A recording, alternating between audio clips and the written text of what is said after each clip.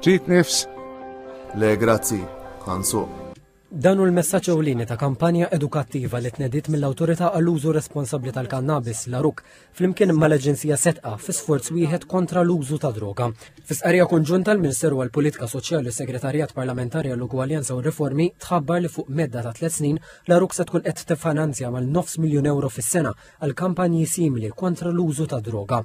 Il-ftehim li jestendi sal-2027 kien iffirmat mill-Kap Eżekuttiv tal-Aruk Ġewwie Novella u l-Kap Eżekuttiv tal-FSWS Alfred Grixti.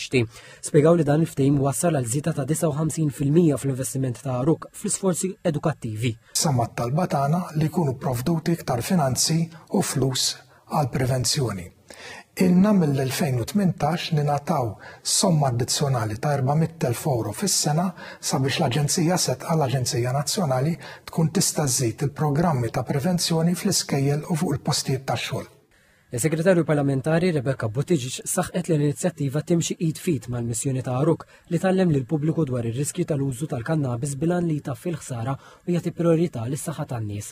Hija notat mod pożittiv li stħarriġ riċenti tal-Eurobarometru ma wara l-ebda żieda fil-konsum tal-kannabis minn daħlet il-liġi tad-dekriminalizzazzjoni. Il-Ministru Michael Falzon saħaq fuq l-importanza tal-prevenzjoni u mhux il-kriminalizzazzjoni tal-persuni li jintrikbu mill-abuż ta' droga. Huwa qal li l-Aġenzija Setqa se twessa l-programmi tagħha mirati kemm lejn l-istudenti kif ukoll lejn l-adulti u qed tikkolabra mal-Aruk sabiex tilħaq l-anijiet tal-liġi għall-użu responsabbli tal-kannabis.